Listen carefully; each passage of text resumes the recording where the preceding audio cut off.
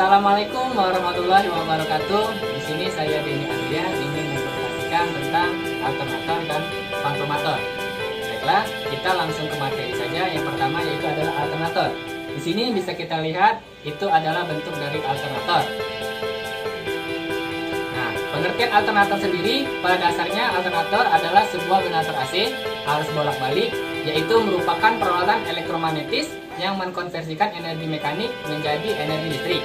Nah, alternator sendiri biasanya banyak dijumpai pada kendaraan bermobil. Istilah biasa yang dipakai oleh orang-orang bengkel atau montir yaitu ada tiga, yaitu yang pertama adalah dinamo isi, dinamo ampere, dan dinamo jalan.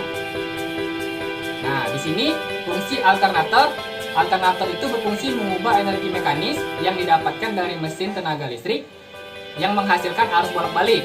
Nah, alternator mensuplai kebutuhan listrik pada mobil sewaktu mesin hidup. Tetapi, apabila jumlah pemakaian listrik lebih besar daripada yang dihasilkan alternator, maka baterai ikut memikul beban kelistrikan tersebut. Nah, bisa kita lihat di sini, itu adalah komponen-komponen alternator. Yang pertama, kita jelaskan dulu fungsi-fungsi dari komponen tersebut. Yang pertama adalah puli. Puli berfungsi merupakan putaran mesin alternator, membuat perbandingan putaran antara putaran mesin dari alternator. Selanjutnya, fan. Fan berfungsi untuk mendinginkan komponen-komponen yang berada dalam alternator. Pitcher berfungsi untuk menahan kipas atau sebagai pembatas antara kipas dan bodi depan alternator. Housing depan dan housing belakang. Nah, ini berfungsi untuk sebagai kerangka luar yang memegang bagian-bagian dalam alternator. Nah, selanjutnya itu adalah rotor. Rotor berfungsi sebagai bagian yang berputar di dalam alternator. Pada rotor terdapat kumparan rotor atau rotor-rotor kecil yang berfungsi untuk membangkitkan kemagnetannya. Nah, selanjutnya itu adalah regulator. Regulator berfungsi mengatur besaran listrik yang masuk pada rotor-rotor kecil. Stator merupakan bagian alternator yang berupa diam, yang merupakan banyak lilitan yang menghasilkan magnet. Di situ adalah diode yang berfungsi menyearahkan arus listrik dari arus listrik bolak-balik menjadi arus arah. Terus yang terakhir adalah rumah sikat, berfungsi mengalirkan arus ke kumparan rotor melalui slip ring. Nah, kita bisa lihat di sini cara kerja alternator sendiri. Alternator memanfaatkan prinsip kerja elektromagnet, yaitu memanfaatkan gerakan magnet pada sebuah kumparan sehingga akan menghasilkan arus listrik. Energi mekanik disalurkan sebuah puli yang memutar roda dan menghasilkan arus listrik bolak-balik pada stator. Nah, sebelum arus bolak-balik tersebut dirubah menjadi arus searah, IC regulator sini sangat berfungsi menstabilkan arus listrik yang masuk ke kumpan rotor. Nah, lalu arus listrik bolak-balik ini kemudian dirubah menjadi arus arah oleh dioda. Nah, di sini adalah contoh dari letak biasa dipakainya alternator pada sebuah mobil. Nah, baiklah, saya akan melanjutkan materi kedua, yaitu tentang transformator. Bisa kita lihat di slide. Itu adalah merupakan bentuk atau gambaran sebuah transformator.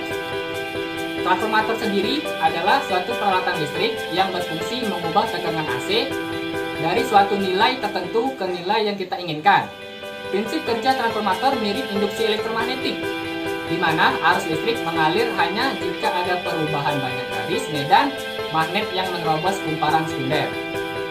Nah, selanjutnya kita akan membahas tentang bagian-bagian trafo. Yang pertama itu adalah kumparan trafo. Bisa kita lihat di gambar. Ini adalah inti bilah besi, kumparan primer, kumparan sekunder. Nah, kumparan trafo terdiri dari beberapa lilitan kawat tembaga yang dilapisi oleh bahan isolasi untuk mengisolasi baik terhadap inti besi maupun kumparan lainnya. Nah, selanjutnya adalah inti besi. Dibuat dari lempengan-lempengan ferromagnetik tipis yang sangat berguna untuk mempermudahkan jalan fluksi yang ditimbulkan oleh arus listrik yang melalui kumparan. Nah, selanjutnya itu adalah minyak trafo. Minyak trafo di sini berfungsi sebagai media pendingin dan isolasi. Minyak trafo mempunyai sifat media pemindah panas.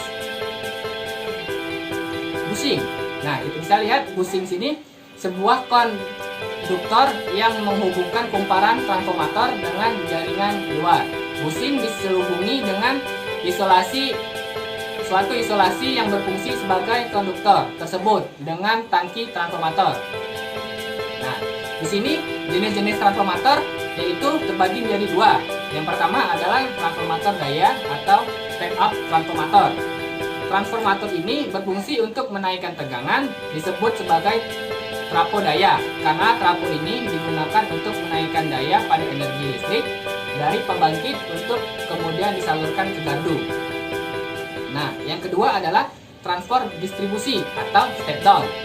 Trafo ini berfungsi untuk menurunkan tegangan, disebut trafo distribusi karena trafo ini digunakan untuk mendistribusikan energi listrik dari gardu induk ke konsumen. Nah, prinsip kerja transformator itu sendiri dari sebuah transformator ada sebagai berikut. Ketika kumparan primer dihubungkan dengan sumber tegangan bolak-balik, perubahan arus listrik pada kumparan primer menimbulkan medan magnet yang berubah. Nah, medan magnet yang berubah itu diperkuat oleh adanya inti besi dan dihantamkan inti besi ke kumparan sekunder, sehingga pada ujung-ujung kumparan sekunder akan timbul GGR induksi. Efek ini dinamakan induksi timbal balik atau mutual induction. Nah, di sini banyak penggunaan transformator itu digunakan pada peralatan listrik, terutama yang memerlukan perubahan atau penyesuaian besarnya tegangan bolak-balik. Misal, radio memerlukan tegangan 12 volt, padahal listrik PLN adalah 220 volt, maka diperlukan transformator untuk mengubah tegangan listrik bolak-balik 220 volt menjadi tegangan listrik bolak-balik 12 volt. Nah, contoh alat listrik yang diperlukan transformator adalah TV, komputer, mesin fotokopi, gardu listrik, dan sebagainya. Baiklah, mungkin sekian dari materi yang saya paparkan.